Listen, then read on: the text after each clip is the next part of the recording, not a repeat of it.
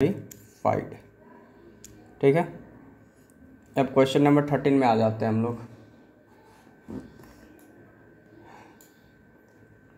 देखो बोलता है it is given that -1 is one of the zeros of the polynomial. ठीक है, क्वेश्चन में लिख देता हूँ।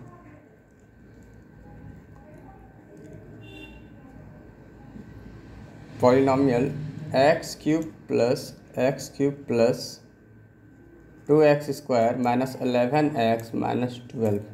ठीक है, तो इसका एक क्यूब जो एक जीरोज जो है, देखो पहली बात तो ध्यान से समझो।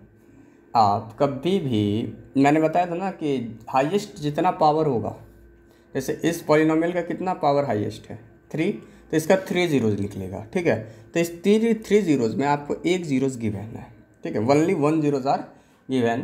3 जीरोज में बस आपको एक ज़ीरो यहाँ पे गिवन है।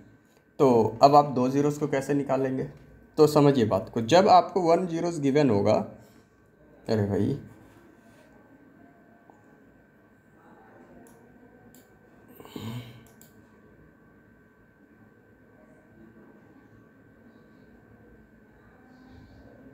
ठीक है, जब आपको 1 जीरोज गिवन होगा तब आपको क्या करना क्या है, यहाँ पे पहले तो आपको एक इक्वेशन बना लेना है। ठीक है, और इसका इक्वेशन कैसे बनता है देखो मैं आपको बताता हूँ। सॉल्यूशन, जब 1 जीरोज गिवन होगा तो 1 जीरोज गिवन है, तो दैट मीन इसको बोलते हैं हम लोग, ऐसे बनाते हैं x माइनस अल्फ़ा। ठीक है, that mean is factor of F x.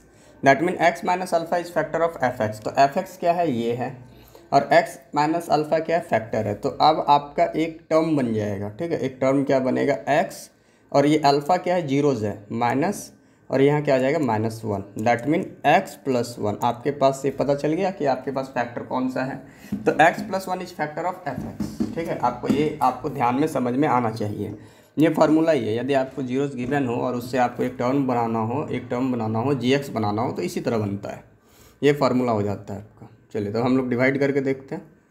x plus 1 divided to x cube plus 2x square minus 11x minus 12। एक काम करो, आप लोग वीडियो को पॉज करो और खुद से सॉल्व करो। ठीक है, तब आपको पता चलेगा कि आप कहाँ गलती कर रहे हो, क्या समझ रहे हो और क्या नहीं समझ पा रहे हो। तो यहाँ पे एक्स क्यूब है, तो हम लोग चलिए करते हैं एक्स क्यूब को। तो एक्स क्यूब बाय एक्स, जब इसको डिवाइड करेंगे तो क्या आ जाएगा, एक्स स्क्वायर आ जाएगा। तो हम यहाँ पे एक्स स्क्वायर लिख देते हैं। तो एक्स स्क्वायर से आपको छोड़िए, अब इतना फिर हम करेंगे तो फिर दिक्कत ही हो जाएगा। आपको हम अब नॉर्मल समझाने का ट्राई करेंगे। यहाँ एक्स स्क्वायर है, छोड़ो, एक चीज़ करो, आप यहाँ पे एक्स स्क्वायर लिख दो बस, और इस टर्म को मल्टीप्लाई कर दो, एक्स स्क्वायर और एक्स, देन एक्स क्यूब, फिर यहाँ पे प्लस एक्स स्क्वायर और 1 एक्स स्क्वायर। ठीक है, बस यही करो आप लोग, इतना लंबा मत लेके जाओ। नेगेटिव साइन कर दो, कैंसिल, और यहाँ पे कुछ नहीं तो 1, दैट मीन एक्स स्क्वायर यहाँ पे चला आएगा माइनस 11x। क्लियर है। अब हम इसको इरेज कर देते हैं कि आपको फिर से हम दोबारा करके दिखा दें कुछ भी। यहाँ पे क्या आ गया, एक्स स्क्वायर बाय हमारा डिवीज़र क्या है, x है, तो यहाँ पे x हो जाएगा, x to the power 1, simply x लिखते हैं हम लोग, तो यहाँ पे x लिख दिए। फिर x लिख के इसको मल्टीप्लाई कर दो, एक्स स्क्वायर, x और 1 दैट मीन x, क्योंकि x को 1 से मल्टीप्लाई करेंगे x ही होगा, साइन प्लस का माइनस, नेगेटिव कैंसिल हो गया। एंड उसके बाद क्या बचा, यहाँ पे -12x हो जाएगा, क्योंकि 11 और यहाँ पे क्या है 1 है। फिर ये क्या है, यहाँ पे -12 आ जाएगा।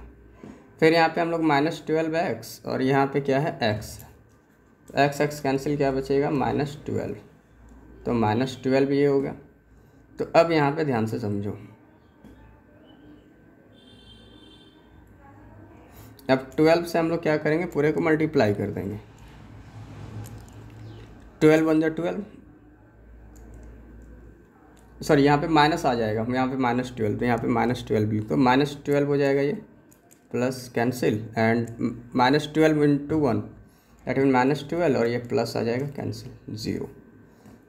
ठीक है, अब मैं आपको एक चीज़ को समझाता हूँ, बिल्कुल ध्यान से समझना। सिर्फ क्वेश्चन सॉल्व करना ही मोटिव नहीं है, आप एग्जैक्ट सॉल्व कर रहे हो कि नहीं ये भी आपको जानना ज़रूरी है, क्योंकि मैथ्स है, ठीक है, इन्फिनिटी सोल्यूशन है इसके अंदर, ठीक है, इन्फिनाइट मैनी सोल्यूशन भी आता है जब आप पढ़ोगे तो। अब इस केस में क्या होता है, जब भी इस तरीके का क्वेश्चन आएगा कि it is given that -1 is one of the zeros, find all the zeros of the given polynomial, इस केस में यदि आपका रिमाइंडर जीरो आता है, समझ लीजिए, यदि आपका if reminder is zero, if r equal to zero, then आपने क्वेश्चन सॉल्व सही किया है। यदि रिमाइंडर जीरो नहीं आएगा तो आपका आंसर बिल्कुल गलत आने वाला है, ध्यान रखिएगा, ये मैं आपको ट्रिक आज भी बता रहा हूँ। यदि रिमाइंडर जीरो आ रहा है तो सही है, यदि नहीं आ रहा है तो फिर आपने कहीं ना कहीं गलती कर दिया है। फिर इसको उठाइए यहाँ पे, x² प्लस x माइनस 12, ये जो आया इसका फैक्टर कीजिए आप, ठीक है। तो ये 12 का फैक्टर क्या होता है, इसका फैक्टर करेंगे तो 4x minus 3x minus 12, splitting the middle term के थ्रू हम इसका फैक्टर कर रहे हैं। यदि आप नहीं देखे हैं तो फैक्टराइजेशन जाके वीडियो देखिए पहले क्लास 9 का, और आई होप कि आपको आता है, क्योंकि हमें पता है इस मिडिल टर्म को क्या करना पड़ता है, स्प्लिट करना पड़ता है। तो यहाँ पे x कॉमन ले लिए तो x प्लस 4 माइनस, अब यहाँ पे क्या कर लिए 3 कॉमन ले लिए तो x प्लस 4 यहाँ भी आ गया, देन x माइनस 3 और x प्लस 4। अब ध्यान से समझिए, अब यहाँ पे क्या हो गया, x इक्वल टू 3 और x equal to -4, this is your answer, ठीक है।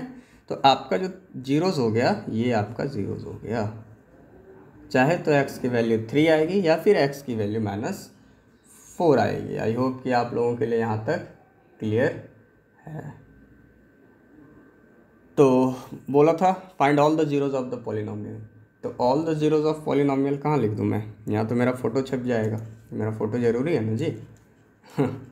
All the zeros of the polynomial are, एक हो गया आपके पास जो ऑलरेडी गिवन था, क्योंकि 3 डिग्री है, 3 डिग्री है तो 3 पावर, -1, दूसरा हो जाएगा 3 और फिर हो जाएगा -4, क्लियर है। तो यही हो गया आपका आंसर। ये भी लिख सकते हैं, स्टेटमेंट में ऐसे लिख सकते हैं। मैं राइटिंग थोड़ा ख़राब लिखता हूँ कि आप लोग डायरेक्ट छाप ना पाएँ, थोड़ा दिमाग लगाएं खुद का भी, है ना। वैसे भी मुझे डॉक्टर बनना नहीं था,